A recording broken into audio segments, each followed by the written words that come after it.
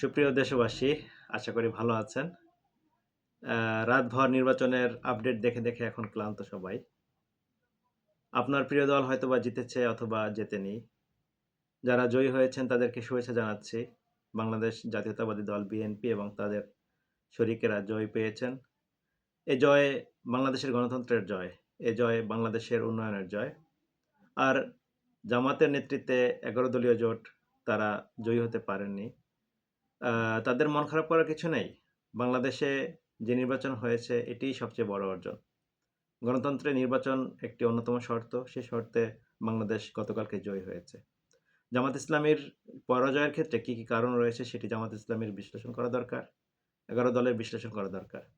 জামাতের জয় এবং পরাজয়কে আমি বাংলাদেশ ক্রিকেট দলের জয় পরাজয়ের সাথে একটু তুলনা করতে চাই। বাংলাদেশের দলকে সবাই জয়ী দেখতে চায়। ১৮ কোটি মানুষ মুখিয়ে থাকে কখন বাংলাদেশের দল, বাংলাদেশ ক্রিকেট দল জয়ী হবে।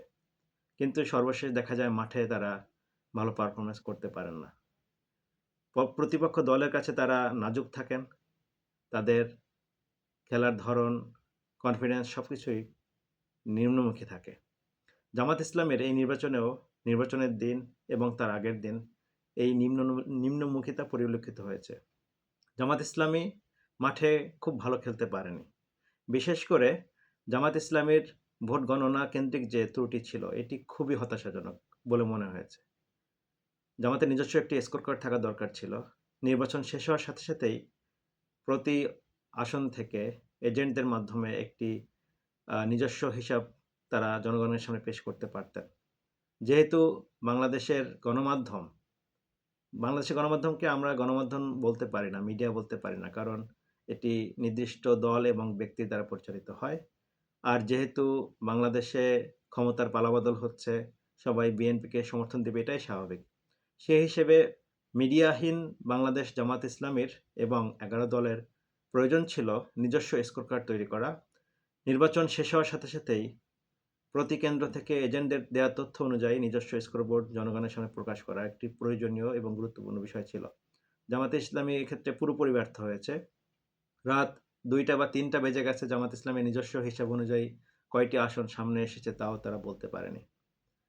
ফলে জামাত ইসলামী নিজস্ব স্কোর কার্ড জনগণের সামনে তুলে ধরতে পারেনি। মিডিয়া সম্পূর্ণ একমুখী আচরণ করেছে। সেক্ষেত্রে বিএনপিকে তারা বিভিন্ন জায়গায় জয়ী দেখিয়েছে। এমনও হয়েছে যেখানে জামাতের প্রার্থী বিজয়ী, কিন্তু গণমাধ্যমে তাকে বিএনপি প্রার্থীকে জয়ী দেখানো হচ্ছে। সুতরাং জামাত ইসলামীর এই যে ব্যর্থতা, এটি বাংলাদেশের জনগণকে অনেক ক্ষেত্রে হতাশ করেছে। জামাত ইসলামের আরেকটি বড় দুর্বলতা যেটি ছিল সেটি হলো তারা জনগণের যে পালস সেটি বুঝে মাঠে থাকতে পারেনি।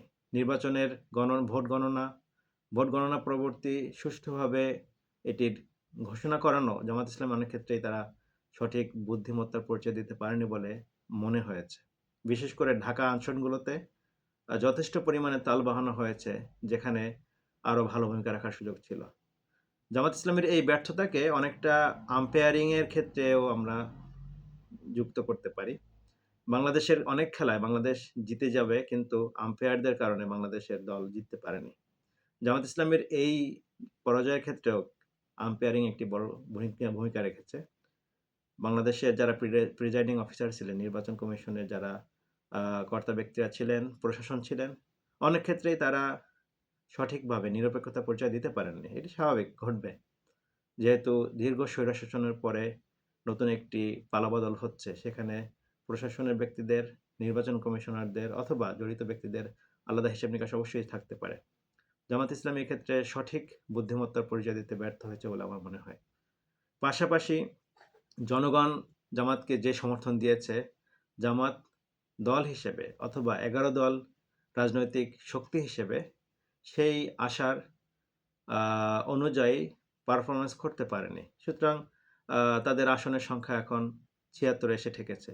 আমার মনে হয় এই আসনের যে সংখ্যা এটি কম নয়। বাংলাদেশের জনগণ তাদেরকে ভালোবাসা দিয়েছে, তাদেরকে জয়ী করার জন্য সর্বোচ্চ চেষ্টা করেছে। জনগণের সমর্থন ১১ দল পেয়েছে। এই সমর্থন নিয়ে সরকার এবং বিরোধী দল যদি সঠিকভাবে রাজনৈতিক দায়িত্ব পালন করতে পারে, সংসদে যদি জামাত ইসলামী আরও সক্রিয় ভূমিকা পালন করতে পারে, এনসিপি যে জয় পেয়েছে তারা যদি তাদের অবস্থান থেকে সঠিক ভূমিকা রাখতে পারে, তাহলে বাংলাদেশের গণতন্ত্র অনেক বেশি সুফল একটি জায়গায় আসবে, সফলতা পাবে। বিএনপির প্রতি যে আকাঙ্ক্ষা থাকবে, বিএনপি যেহেতু ২ শতাধিক আসনে জয়ী হয়েছে, তারা একটি নিরঙ্কুশ সংখ্যাগরিষ্ঠতা পেয়েছে। এই সংখ্যাগরিষ্ঠতাকে কাজে লাগিয়ে বিএনপি গণতন্ত্রে আরও অগ্রসর হোক, বাংলাদেশের গণতন্ত্রকে সফলতার দ্বারপ্রান্তে নিয়ে যাক। আমরা ১৫ বছরের ১৬ বছরের স্বৈরশাসনের পর বাংলাদেশে নতুন যে আকাঙ্ক্ষা তৈরি হয়েছে, জুলাই বিপ্লবের মাধ্যমে বাংলাদেশ যে নতুন স্বপ্ন দেখিয়েছে, বিএনপি সেই স্বপ্ন ধারণ করুক।